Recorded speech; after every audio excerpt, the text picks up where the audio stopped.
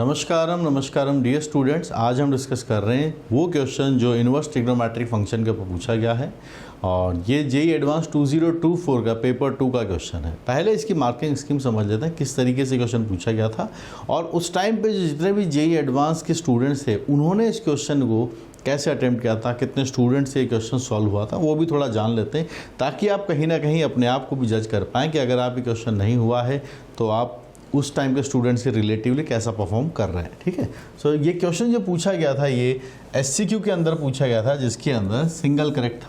ठीक है, सो +3 की मार्किंग थी और नेगेटिव मार्किंग वहाँ पर था -1 का।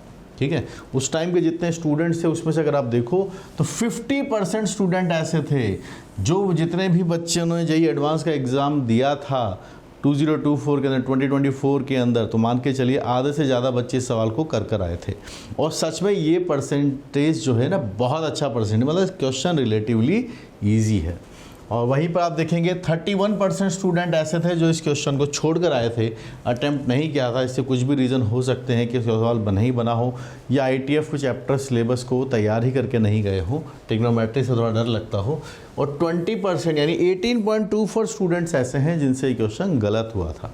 चलिए क्वेश्चन की तरफ आते हैं और इसमें जो पूछा गया है वो आप देख सकते हैं कि consider only the principal values of inverse trigonometric function, the value of tan sin inverse 3/5 minus 2 times cos inverse 2/√5 करके एक डेटा पूछा है।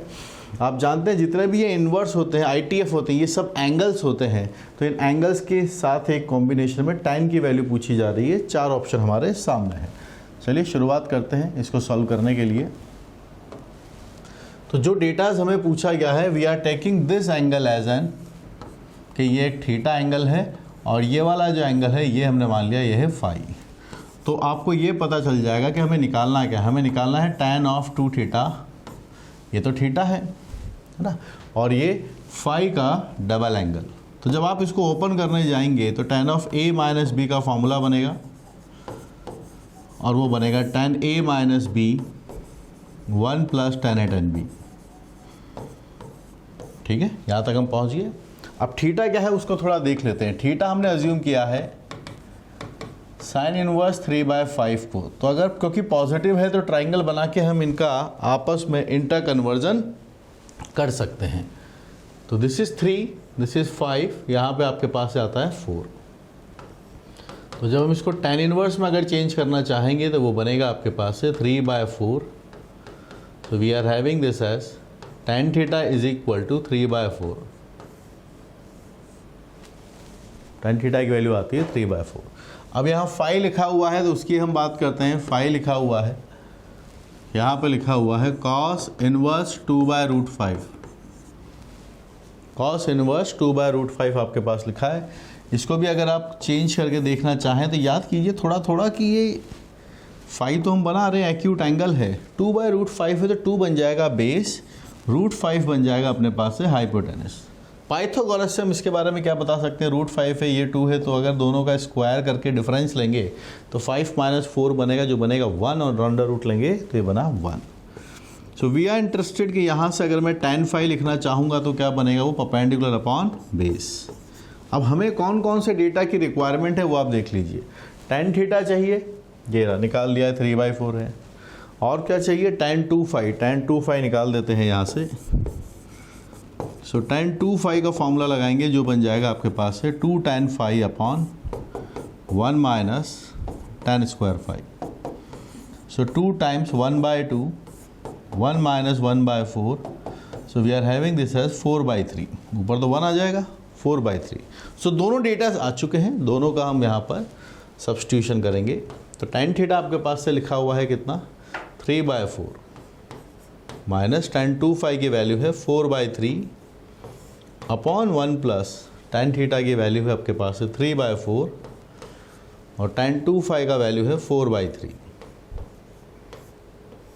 ये डेटा बना हुआ है। ओके, चलिए इसको सिंप्लीफाई करते हैं। तो यहाँ से आपके डेटा बनेगा 9 - 16। ठीक है, और यहाँ आपके पास से बन जाएगा 12 +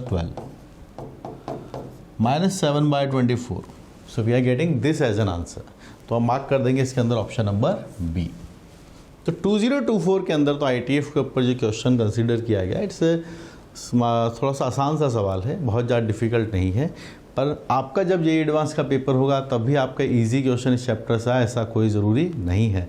तो हमें हमेशा हर चैप्टर की तैयारी थोड़ा सा अबो एवरेज लेवल पर या मॉडरेट लेवल के थोड़ा ऊपर करनी चाहिए, ताकि हमारे अगर उस चैप्टर से कोई क्वेश्चन आए तो हमारे चांसेस ज़्यादा हों उस क्वेश्चन को सॉल्व करने के लिए। और उसके लिए रिक्वायरमेंट होगी आपको बेस्ट रिसोर्सेज की, जिससे कि आप अच्छे से अच्छे क्वेश्चन प्रैक्टिस कर पाएँ। तो आप मेरी जो इसके अंदर ट्रिग्नोमेट्री वाली जो बुक है उसके अंदर ITF चैप्टर इन्वॉल्व है, वहाँ से आप ITF के बहुत अच्छे अच्छे सवाल ट्राई कर सकते हैं।